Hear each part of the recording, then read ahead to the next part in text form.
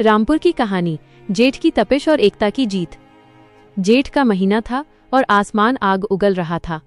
सूरज इस कदर तप रहा था मानो धरती को पिघला देगा। गांव रामपुर की गलियों में सन्नाटा पसरा था। पेड़ों के पत्ते भी गर्म हवा से झुलसकर थक चुके थे। कुएं का पानी पाताल में चला गया था और तालाब लगभग सूख चुका था। हर घर में बस एक ही चिंता थी, पानी, संकट और संघर्ष। सुबह होते ही गांव की औरतें मटके और बाल्टियां लेकर दूर के किसी बचे खुचे कुएं की ओर निकल पड़ती थीं। कई किलोमीटर का पैदल रास्ता और तपती मिट्टी पैरों को जला देती थी। मासूम बच्चे भी अपनी माओं के साथ इस मजबूरी में शामिल थे। घर के आंगन में बैठे बूढ़े लोग आसमान की ओर ताकते और भगवान से बारिश की गुहार लगाते। किसान रामू बेबस था। उसकी मेहनत से सींची गई फसलें पानी के बिना दम तोड़ रही थीं। उसकी पत्नी गीता रोज सुबह 4 बजे उठती और दोपहर तक पानी लेकर लौटती।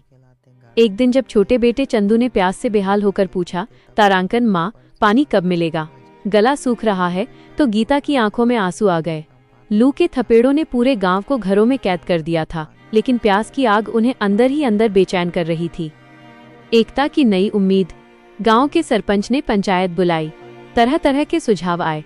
कोई शहर से पानी मंगवाने की बात करता, तो कोई नया कुआं खोदने की। तभी स्कूल के मास्टर जी ने एक व्यावहारिक सुझाव दिया। अगर हम सब मिलकर पुराने सूखे तालाब को गहरा करें, तो आने वाली बारिश का पानी हम सहेज पाएंगे। अगले ही दिन पूरा गांव एकजुट हो गया। बच्चे, बूढ़े, औरतें और जवान सबने मिलकर खुदाई शुरू कर दी। तपती धूप में पसीना बहता रहा, लेकिन दिल में उम्मीद की एक ठंडी लहर थी। कई दिनों की कड़ी मेहनत के बाद तालाब गहरा हो गया, पर प्यास अब भी बरकरार थी। पानी की किल्लत इतनी बढ़ गई कि चंदू और गुड़िया को आधा आधा गिलास पानी नसीब होता। प्रकृति का सबक। इसी बीच गांव में एक बूढ़ा साधु आया। उसने गांव वालों की दशा देखकर कहा, प्रकृति की रक्षा ही पानी की असली पूजा है। उसने सबको पेड़ लगाने और जल संरक्षण की सीख दी। गांव वालों ने संकल्प लिया कि वे अब पानी बर्बाद नहीं करेंगे और हर तरफ हरियाली लाएंगे। खुशियों की बौछार। आखिरकार एक शाम आसमान में काले बादल घिर आए। धूल भरी आंधी के बाद मूसलाधार बारिश शुरू हुई। पूरा रामपुर खुशी से झूम उठा। बच्चे बारिश में नाचने लगे और महिलाएं ईश्वर का आभार मानने लगीं।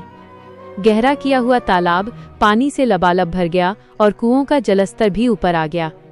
रामू के खेत फिर से लहला उठे और गीता के मटके अब भरे रहने लगे। एक नया सवेरा। इस कठिन समय ने रामपुर को बदल दिया था। अब गांव में पानी की बर्बादी पर रोक थी। हर घर में रेन वाटर हार्वेस्टिंग, वर्षा जल संचयन की व्यवस्था की गई और तालाब के किनारे ढेरों पेड़ लगाए गए। रामपुर अब एक आदर्श गांव बन चुका था। जेठ की वो भीषण गर्मी अब एक सबक बन गई थी, जो हर साल गांव वालों को याद दिलाती थी कि एकता, कड़ी मेहनत और प्रकृति का सम्मान ही हर मुश्किल का असली हल है।